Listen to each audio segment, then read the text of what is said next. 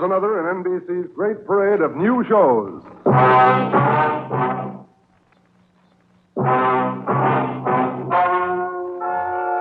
Ladies and gentlemen, the story you are about to hear is true. Only the names have been changed to protect the innocent. NBC brings you Dragnet.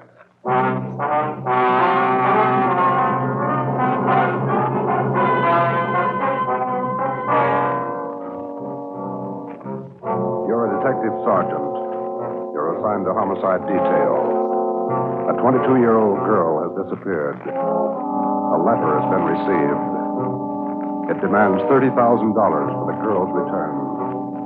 The letter is signed, The Wolf. Your job, get him. Dragnet, the documented drama of an actual crime, investigated and solved by the men who unrelentingly stand watch on the security of your home, your family, and your life. For the next 30 minutes, in cooperation with the Los Angeles Police Department, you will travel step by step on the side of the law through an actual case, transcribed from official police files. From beginning to end, from crime to punishment, Dragnet is the story of your police force in action.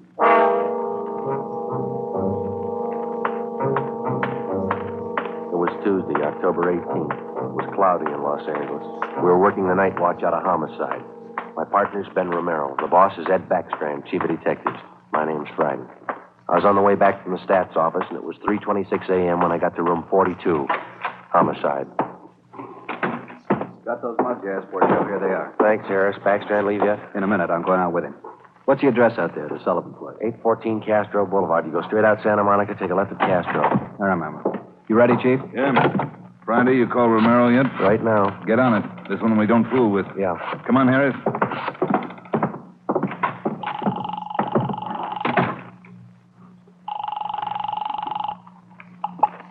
Hello? Sorry to wake you, Ben. This is Joe. How you feeling? Oh, hi, Joe. What time is it? 3:30 a.m. How do you feel? Oh, a lot better. Be back to work tomorrow. You'll be ready in 20 minutes. I'll pick you up. 20 minutes. Okay, what's up? You remember Martin Sullivan, vice president of the Third National Bank? Sullivan? Yeah, what about it? He's got a 22-year-old daughter, or he had one. She's gone.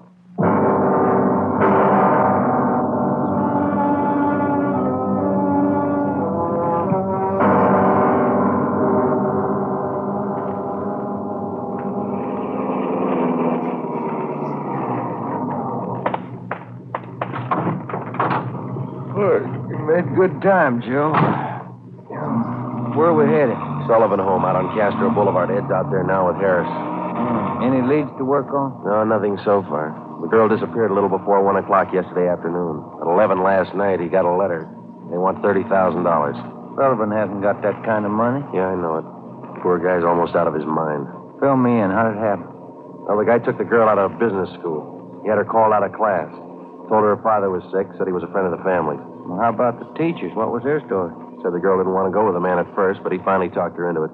Kept telling her father was dying. That's about as low as they come. Yeah. Did he use a car? Witnesses said it was a blue sedan. They didn't get the license number or the make. Did they remember what the guy looked like? About 5'9", 160, brown suit, dark hair. Nothing else? No. Here's a copy of the letter. The usual. Read it. Yeah. I have your daughter, Judy. Get, what's that? $30,000. $30,000 quick if you want her back alive. Don't call police or I'll kill her. Contact you later. Signed, what was it? The Wolf. Oh, Wolf. Huh? I could think of a better name. Come on, here we are. Who's got the original note, Joe? Lee Jones down at the crime lab. He's checking it for prints and handwriting. Well, if he was... Oh, hi, David. Right on the house, boys. Chief's waiting for you. Thanks, Dave.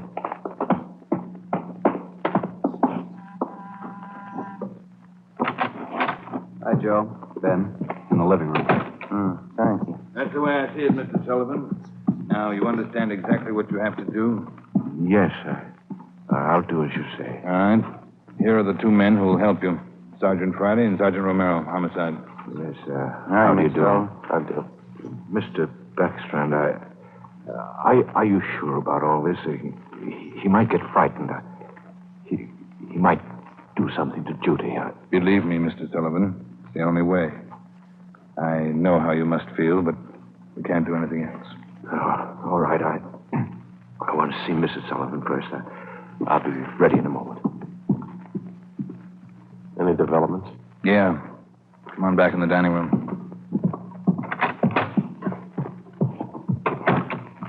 There it is on the table. Second note from the guy. Telegram. When'd this come? About half an hour ago. Guy phoned it into Western Union from a public booth. Couldn't trace it. I see, Joe. Yeah. Be at Elysian Park, 5 o'clock this morning, near Balkan Drive. Come alone. Bring 30,000. Will return girl. Don't tell cops. Kill her if you do. Or we'll. 4 a.m. now, Skipper. Not much time. I know it. We'll have to do as he says. No other way. Then Sullivan's going out there alone? You're going with him. You and Romero. You'll be hidden out in the trunk of the car. Any plan? Get him. That's all.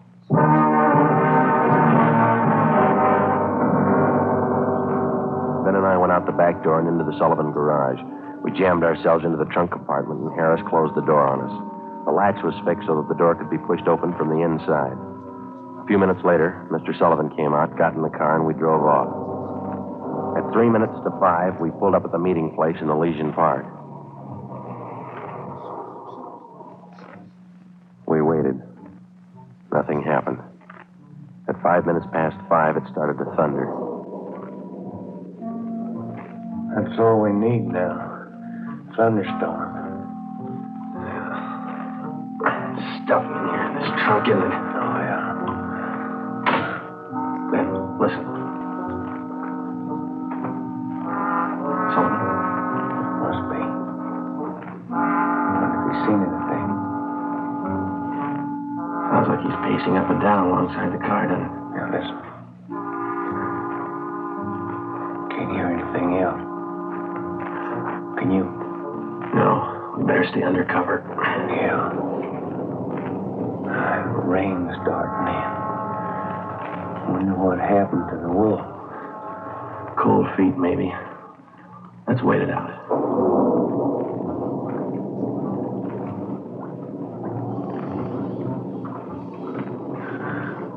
Joe.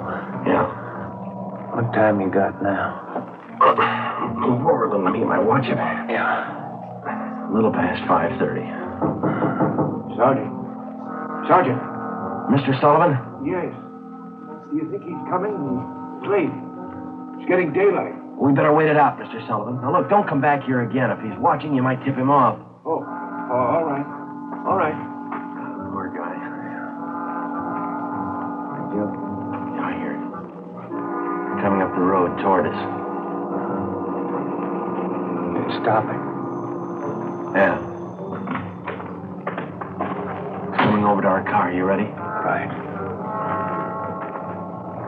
Talking with Sullivan. They're coming back here. Now watch it. Friday, Romero. That's you, Ed? Yeah, the meeting's off. Come on out. All right. Got a cramp in my leg. Well, I'm cramped all over. Mr. Sullivan, drive back home. We'll contact you there. All right, Chief. Ben, Joe, come on over to the car. What's the story, Ed? Guy had no intention of following through with this meeting tonight. Well, how come? He told us. Phoned at 5 o'clock. Tried to trace the call. He wouldn't stay on the line long enough. What do you have to say? He wanted more money. Bragged about how smart he was. How we'd never get him. Well, he knows Sullivan's called in the police. Sure. Said he didn't care. We'd never get him anyway. Yeah, pretty cocky. Pretty smart. Take my word for it. He's no dummy. Control 1 to 80K. Control 1 I'll get it. 80K. 80K to Control 1. 80K to Control 1. Go ahead. 80K, go to your office. Code 3. Go to your office. Code 3. GMA 367. All right, Romero. Let's roll.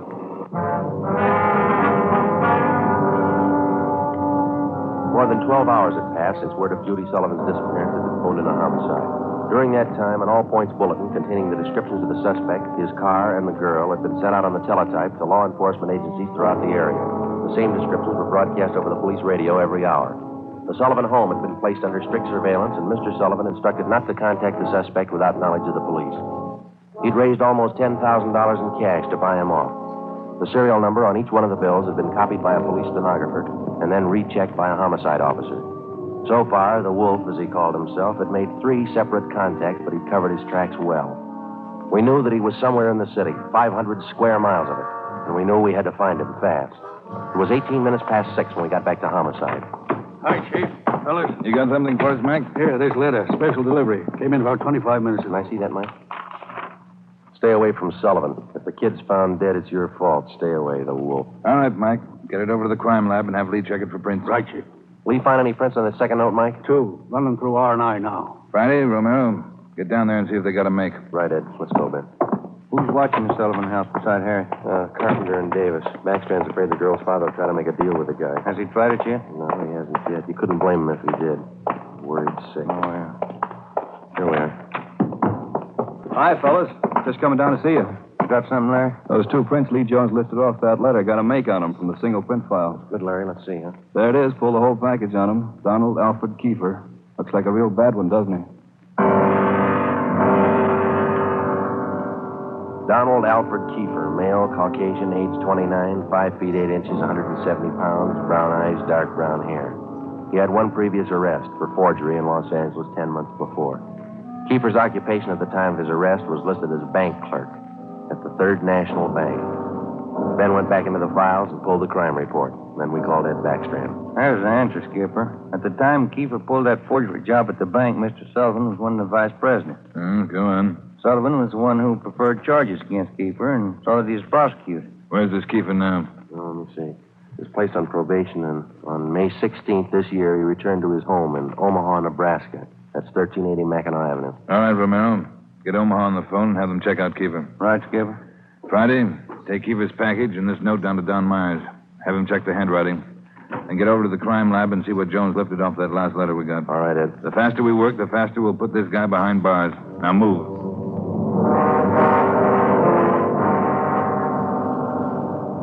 How's the writing compared, Don? What'd you find? Yeah, looks good. See here? Slants as crosses, double oops as L's, open A's, pressure on the downstroke. Donald Kiefer, Wolf, same handwriting. Lifted 3 prints off this last note, Joe. Brought them out with the iodine fume gun. They match with the first. Thanks, Lee. Did you find anything else? I don't know if it'll help you much. We examined the paper for watermarks and texture.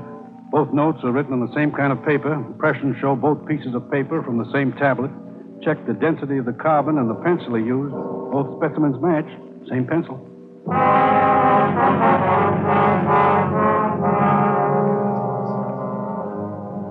By mid-afternoon, Donald Kiefer's description had been broadcast throughout the area. Bulletins were dispatched to all departments, and an APB was teletyped for the entire state. Men were stationed at every post office in the city to watch for notes that might come through the mail. The bus depots, railroad terminals, the airports, and all the main roads leading out of the city were under strict surveillance. The entire Los Angeles area was broken down into single square-mile districts, and a house-to-house canvass was started. A squad of men were assigned to cover each square mile. Outlying towns and cities were requested to do the same. By 5 o'clock that afternoon, the greatest Dragnet operation in the history of the city was underway. We were sure Donald Kiefer was somewhere inside. At 12 minutes past 5, Ben got the call back from the Omaha police. Yeah, I got it. 6 X-ray 419. Nebraska place, right. Well, thank you a lot. Yeah, bye. They had a make on the car. Lots more. The Omaha cops are looking for Kiefer, too. Want him for a robbery there 2 months ago. Yeah? In that robbery, used a stolen 1939 blue sedan. Nebraska license plate, 6 X-ray 419. How about his family and his friends back there? They all been checked? Yeah. Well, get that car description to communications, huh? APB, teletype, and broadcast. I'll tell Ed. Yeah, right, Joe. Friday, Romero. Yeah, Ed. What are you tied up with? We just got a call from Omaha. Make on Kiefer in the car. Give it to me. You two get out to the Sullivan house fast as you can. See Harris. What's happened, Skipper? Martin Sullivan's disappeared. All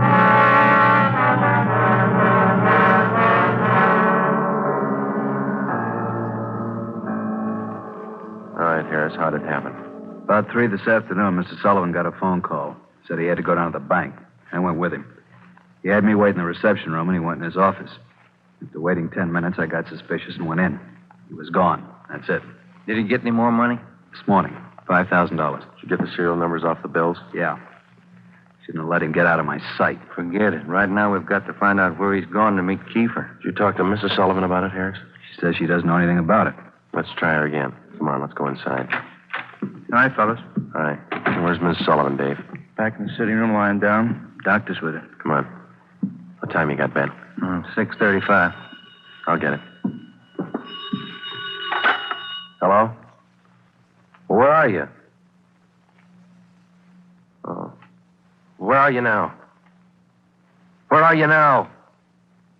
We'll be right out. That was Martin Sullivan. He met with Kiefer up Laurel Canyon. Did he get his daughter back? Yeah. Wrapped in newspapers.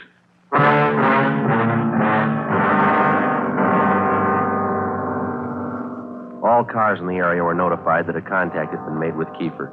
We got in the car and drove out to Laurel Canyon. The entire area had been blocked off. We found Martin Sullivan standing in the middle of the road at the end of East Winding Way. 500 feet down the hill was a private residence where Sullivan had telephoned us. It was the only building in the immediate vicinity. A few yards beyond the point where East Winding Way ended, back in a clump of tall grass, we found the body of Martin Sullivan's daughter. We notified the crime lab, Chief Backstrand in the coroner. Despite a severe state of emotional shock, Martin Sullivan tried to tell us the story. He said Judy was all right. I believed him. I wanted her back. Judy. I tricked the officer, the one watching me. He said, come along, no police. Did you see his car, Mr. Sullivan? I wanted her back. I wanted Judy back.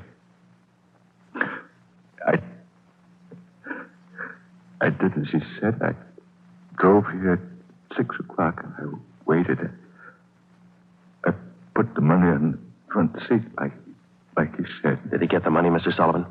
And I got out, left parking lights on. I stood up there by the end of the road, waiting. Mr. Sullivan.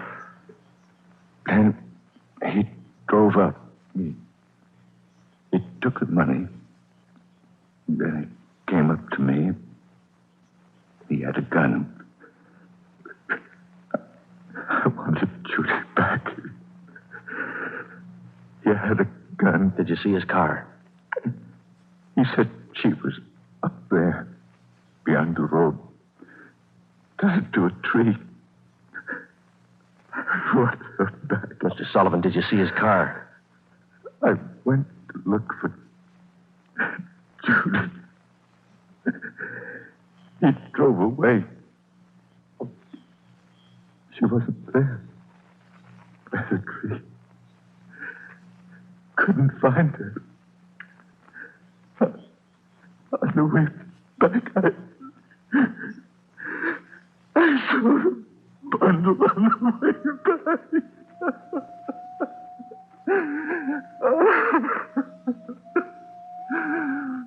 Let me find her. He killed her.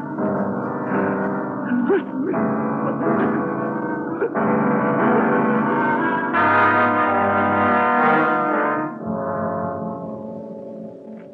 Before he went into a state of complete collapse, we showed Martin Sullivan a picture of Donald Alfred Kiefer. He definitely identified him.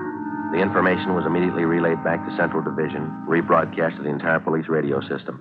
A teletype was dispatched to sheriff's offices, and communications were sent to police stations throughout the country. The house-to-house search throughout the entire city intensified.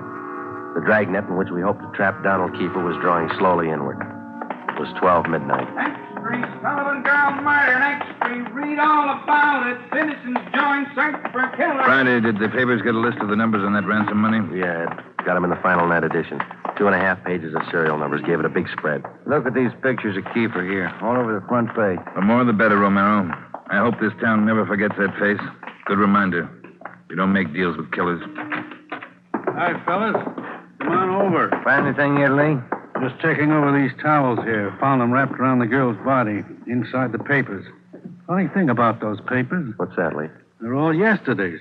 Every story about the girl's disappearance has been clipped out. Maybe the guy's making up a scrapbook. How about the towels, Jones? Any laundry marks? Not a one so far, Ed.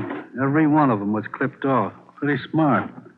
The morgue post the body in? They're doing it now. Yeah, nasty one. Yeah. Did you get any footprints or tire marks out where they found the body? Lots of them, all cast. Bossy and Taylor are checking them. One thing. What is it, Jones? I don't know. Under the seam here. This towel. Wait a minute. Joe, that pair of snippers there. Yeah. Here you are. Thanks. Just back under the seam. There. That's one tag he missed. Any markings, Lee? Yeah. Greenway Apartments, Los Angeles.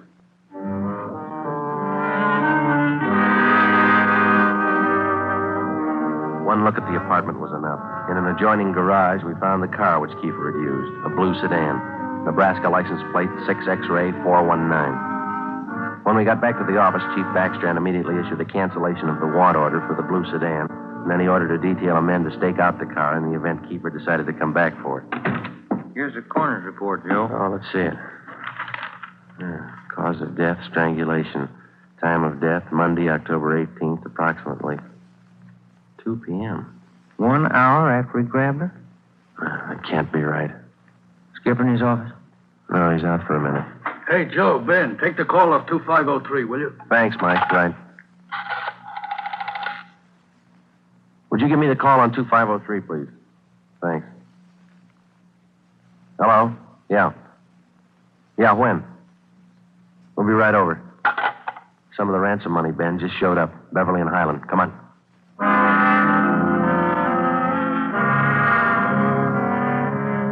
The man's name was Ralph Donahue. He operated a used car lot on the corner of Beverly and Highland. He told us that early that morning he sold a dark blue late model coupe to a man who gave his name as Fred Sims. The man paid for the car in cash. Donahue told us that he checked the serial numbers on the bills after the man had driven away. Serial numbers check out, Joe, every one of them. If I only thought to look, officer, and you know I generally do. I'm the suspicious kind anyway, but, this morning I must have been asleep. You got the full description on the car, Ben? Yeah, Joe. All right, let's get it on the air right away. I saw his mug in the paper while I was waiting for you. Too late. Sorry. Yeah, thanks.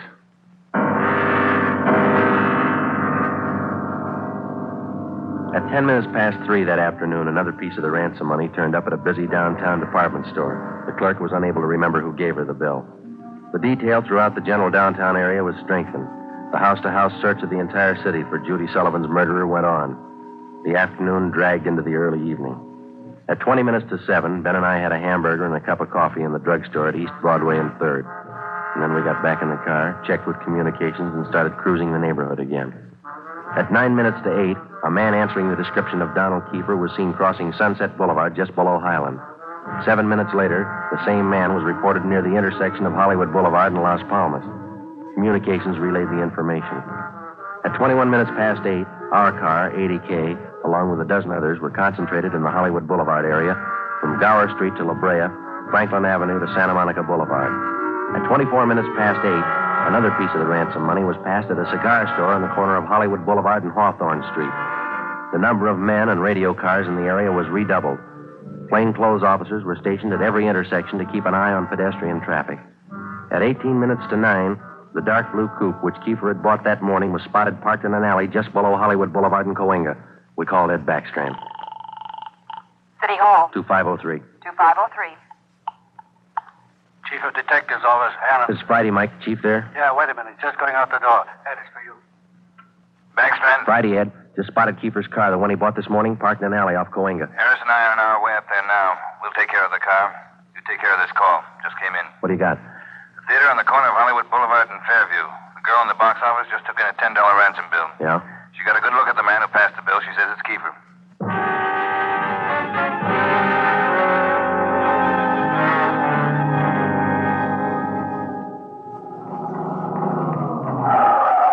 All right, Ben, come on. Yeah. You got the list of serial numbers? Right here. Let's check at the window. Yes, sir. How many, please? Police officers. Sergeant Romero, Sergeant Friday. Oh, yes, sir. Mr. Rayburn, the police are here. Would you step around to the side door, Sergeant? Yes, ma'am. Margie, relieve Francis for a minute. Francis, come here. Bring that $10 bill with you. Sharp girl, officer, that Francis. Sharp. Here it is, Mr. Rayburn. All right, Sergeant. There you are. $10 bill and the list of serial numbers. Check out all right, Ben? That's it, Joe. Good work, man. You reported the man came in about a half hour ago. You're sure it was Kiefer? Yes, sir. I have his picture in the box office just behind the change machine. I recognized him right away. And as far as you know, he hasn't left the theater. That's right, sir. All right, Mr. Rayburn, I'm sorry. I'm afraid we'll have to interrupt the show. Anything you say, Sergeant. Anything. Ben, you keep an eye on the front exit. I'll call communications. Right, Joe. 80K to Control 4. 80K to Control 4. 80K, go ahead. Control 4, clear all frequencies. The Sullivan murder suspect, Donald Kiefer, has been located in the theater on the southeast corner of Hollywood Boulevard and Fairview. Have all units surround the area. 80K, roger. Attention all units. Attention all units. Assist 80K at the theater on the southeast corner of Hollywood Boulevard and Fairview. The Sullivan murder suspect has been located in the theater. Go ahead, 80K. Control 4, have all units converge in the general area, Hollywood Boulevard and Fairview. Unit 62R to block off the intersection at Hollywood Boulevard and North Cherokee. Stop all pedestrian and vehicular traffic. Unit 61A to block the intersection at Hollywood Boulevard and Hudson Street. Stop all pedestrian and vehicular traffic. Unit 71 and 72R to block the alley behind the theater. Unit 66 and 67R to assist at main entrance to the theater. Within a few minutes, the 1/2 mile area around the theater was completely blockaded. Every exit and entrance to the theater was covered. At 9:23, we met Harris and Ed Backstrand in the theater manager's office. Backstrand outlined our plan of operation. At 9:28, a detail of 14 men walked down the side aisles on the main floor of the theater and took up their posts on either side of the orchestra pit. The picture was stopped and every light in the theater was turned on. Ed Backstrand, Harris, Ben, and I went down the aisle and up onto the stage. Backstrand made the announcement. Ladies and gentlemen, we're sorry to interrupt the picture, but this is important. We're police officers. We've traced the murderer of Judy Sullivan to this theater. He is in this theater now. Now we're going to search the theater row by row, and we'd like to ask your cooperation. There's no need to be panicky or afraid. Those who wish to leave now may do so. Leave by the main entrance. Each one of you will be checked as you go out the door. And for the benefit of the man we're looking for, don't try to escape. Every exit is covered and the entire area is blockaded. Don't place any more lives in jeopardy. Come on, Ben.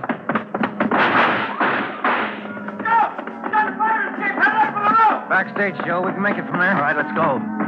Come on, hustle it, Ben. Yeah. The next building. You'll probably try to jump for it. All right, watch it. I think this door leads out to the roof. There he goes. All right, Keeper, hold it. Don't shoot, I give up. Throw your gun down. Over here. Don't shoot. Don't. Let's get him. All right, coppers. I got it figured. They won't top me for this. Didn't know what I was doing. Put the cuffs on him, Ben. Get away from me, you crump! You shouldn't have hit him, Keeper.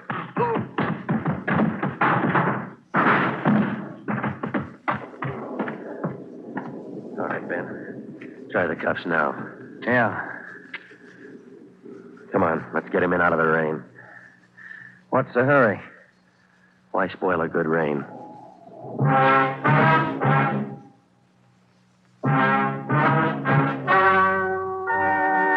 The story you have just heard is true. Only the names were changed to protect the innocent. Donald Alfred Kiefer was tried and convicted of murder in the first degree. He was executed in the lethal gas chamber at the state penitentiary. You have just heard the 15th in a new series of authentic cases transcribed from official files. Technical advice for Dragnet comes from the Office of Acting Chief of Police, W.A. Wharton, Los Angeles Police Department. Tonight's program is dedicated to Deputy United States Marshal John B. Glenn of Boise, Idaho, who on the morning of July 31st, 1940, gave his life so that yours might be more secure.